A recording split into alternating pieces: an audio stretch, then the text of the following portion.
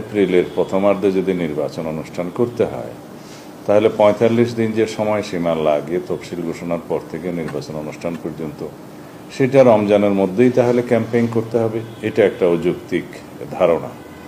দ্বিতীয় হচ্ছে, পাবলিক পরীক্ষাসমূহ আমাদের দেশে এসএসসি এগুলো সেই সময় হয় এবং ওই সময় আবহাওয়া সঠিক থাকে না।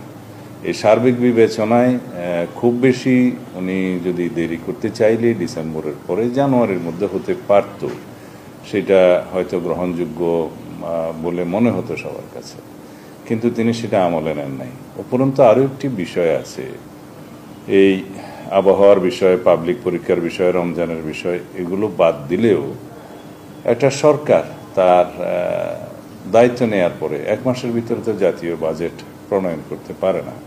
আর আমাদের অনেক বেশি প্রতিশ্রুতি আছে, অনেক বেশি বিষয় বিবেচনায় নিয়ে আমরা বলেছিলাম আমাদের দলের পক্ষ থেকে এবং আমাদের সাথে যারা যুগপৎ আন্দোলনে শরিক ছিলেন, ফ্যাসিবাদ বিরোধী গণতান্ত্রিক আন্দোলনের সমমনা দল, এর বাইরেও অনেক দলের পক্ষ থেকে তারা এই প্রস্তাব দিয়েছিলেন যে ডিসেম্বরের ভিতরেই নির্বাচন অনুষ্ঠান করা সম্ভব।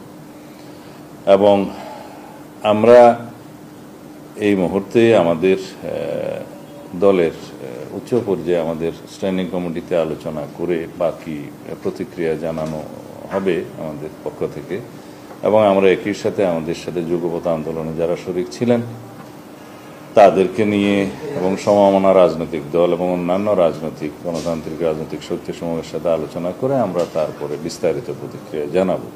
তবে মুদ্রা কথাই বলতে পারি, আমাদের এবং জাতির প্রত্যাশা পূর্ণ হয়নি এই ঘোষণা। ধন্যবাদ।